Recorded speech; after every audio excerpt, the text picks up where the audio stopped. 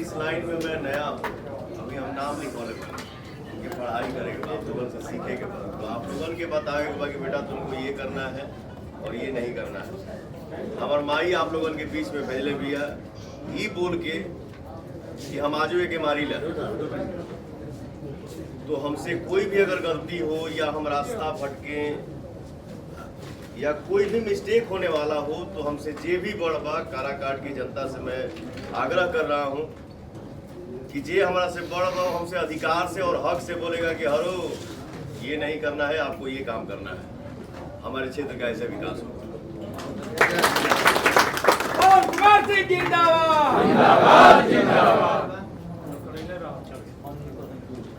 प्रथम पवन सिंह जी के नेतृत्व में यहाँ एकत्रित सभी जनप्रतिनिधि एवं सभी अभिभावक का मैं हार्दिक अभिनंदन एवं वंदन करता।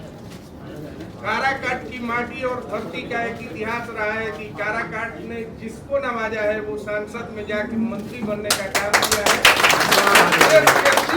स्थापित करने का काम किया है। लेकिन दुर्भाग्य रही है कि जिन व्यक्तित्व को हमने ऐसा व्यक्तित्व दिया वो हमारे मान सम्मान का कभी ख्याल नहीं रखा। 14 वर्षों से लगातार हम लोग सांसद बनाते रहे और 5 वर्ष तक हमारे विश्वास के साथ वो खड़े नहीं रहे।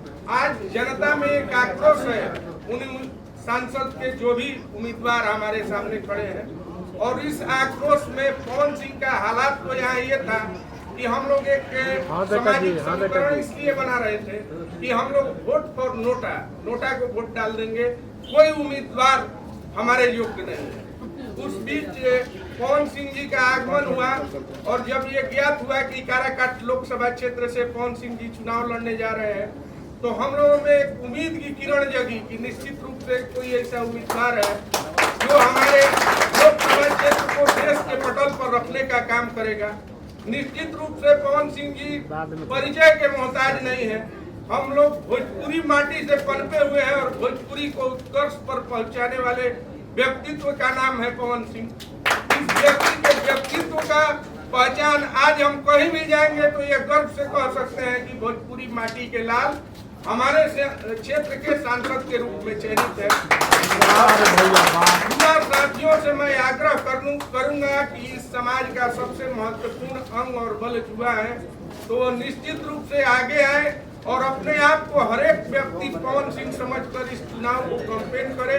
निश्चित रूप से ये राजनीतिक व्यक्ति नहीं है, ये अभिनेता के रूप में अपने जीवन को अग्रसर किए हैं। ये एक जीवन का पड़ाव है जहां से ये राजनीतिक यात्रा का शुरुआत करेंगे। तो निश्चित रूप से हम लोग अपनी सूझबूझ इनसे शेयर करेंगे। जहां भी इनसे गलती होगी मैं सारे मतदाता बंधुओं से क्षमा मांगने का काम करूंगा, इसलिए कि ये राजनीति के क्षेत्र में इनोसेंट है और जो व्यक्ति इनोसेंट होता है उसका जुड़ाव जो होगा वो बिल्कुल जनमानस के हृदय से हृदय सम्राट को मैं निश्चित रूप से कहूंगा कि भारी मतों से विजयी बनाकर हम लोग लोकसभा भेजने का काम करें, जिससे हमारा काराकाट लोकसभा देश के पटल पर रखने का काम होगा और क्षेत्र का संपूर्ण विकास होगा। इसलिए कि इनके अंदर एक लालसा है, ये ख्याति प्राप्त करने के मोहताज नहीं है, ख्याति तो इन्होंने दुनिया में प्राप्त कर ली। ये अब मोहताज है कि एक राजनीतिक मेरा जीवन हो और उस राजनीतिक जीवन में सेवा भाव। इस महत्वाकांक्षा के साथ ये हम लोगों के बीच आए हैं तो निश्चित रूप से इन्हें हमें महसूस करने का काम करना चाहिए। इन्हीं शब्दों के साथ मैं अपनी वाणी को विराम देता हूँ। जय हिंद।